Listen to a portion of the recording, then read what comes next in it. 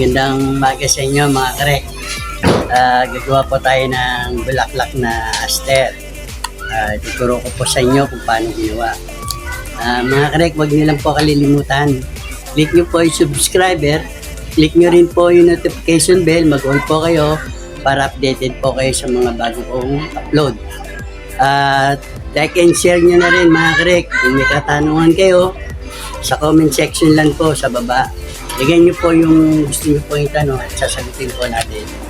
Tara na po, sana natin.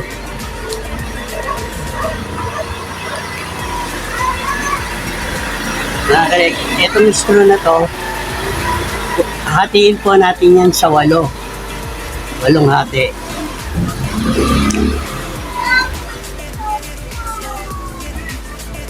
Walong hati po mga karek.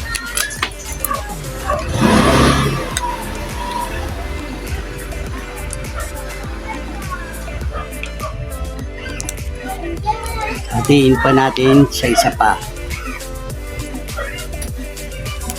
Yan, bali 8 siyang hati mga karek.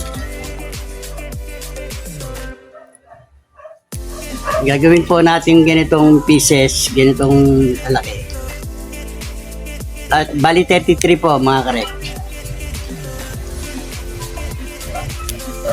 Ganito po ang gagawin sa kanya.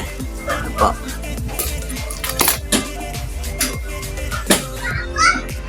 Paano po gagawin mga karek? Ganito po.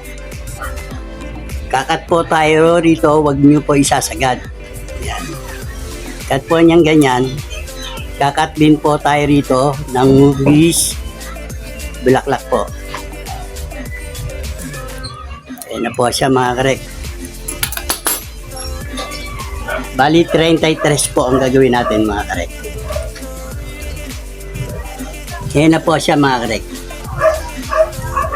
Lalagyan po ng butas mga karek. Paano po lalagyan at saan po bubutasan?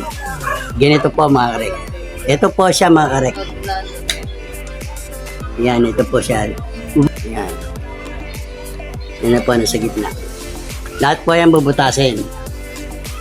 Yan, mga karek. Nabutas na lahat. Yan po yung susunod natin gagawin mga karek. Ito po, alambre mga karek. Yan. Papasok po siya. Paano po ipapasok? Kailangan po nakaganyan siya. Para pantay, lahat po, puro ganyan. Papasok po yung 33. Yan po. Kailangan po walang magbabago sa forma. Para hindi po siya magulo.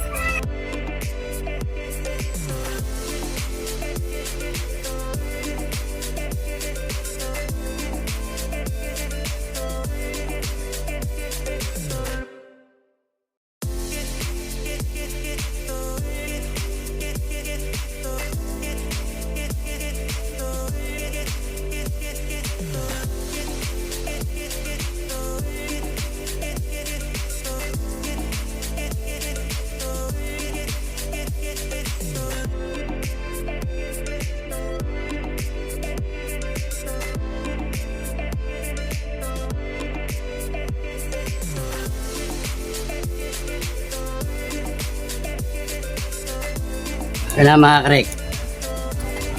Kompleto na siya oh. Tapos mga karek, paano gagawin po para maging bulaklak na po siya? Pantayin nyo po muna sa baba. Ayan.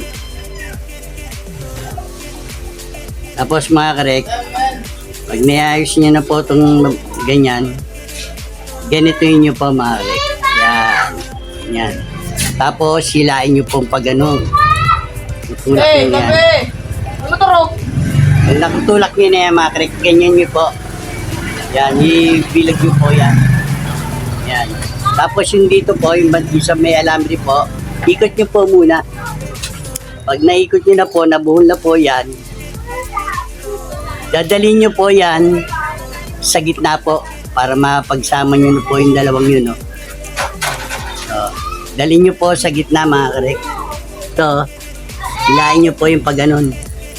Sa gitna, ayan. Para magsama po yung dalawa. Sa kanya yung ganun. Pagdikitin nyo po. Ayan o. Pagdidikitin nyo lang po yan. Dito sa gitna, dikitin lang yung dalawa.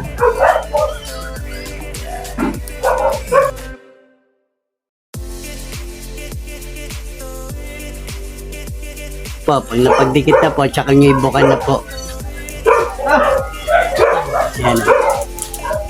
Yan na po mga karek. Yan na po.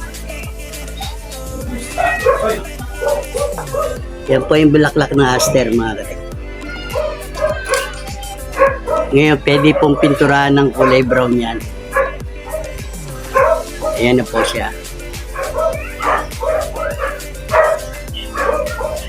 Mga karek, sana na ibigan nyo po itong gawa ko ngayon. Huwag nyo lang po kalilimutan mga karek. Bigyan nyo naman po ako ng isang subscribe at i-click nyo po yung notification bell. Mag-all po kayo para updated po kayo sa mga bago kong upload. At huwag nyo rin pong skip yung ads ko mga karek para pagka makagawa pa tayo ng mga magagandang video na matututunan nyo mga karek. Like and share nyo na rin mga karek. At maraming salamat sa mga supporter, sa mga silent viewer, at sa mga bago pa. Maraming salamat po sa support ang binibigay nyo. Hanggang dito na lang. God bless and keep safe. Bye!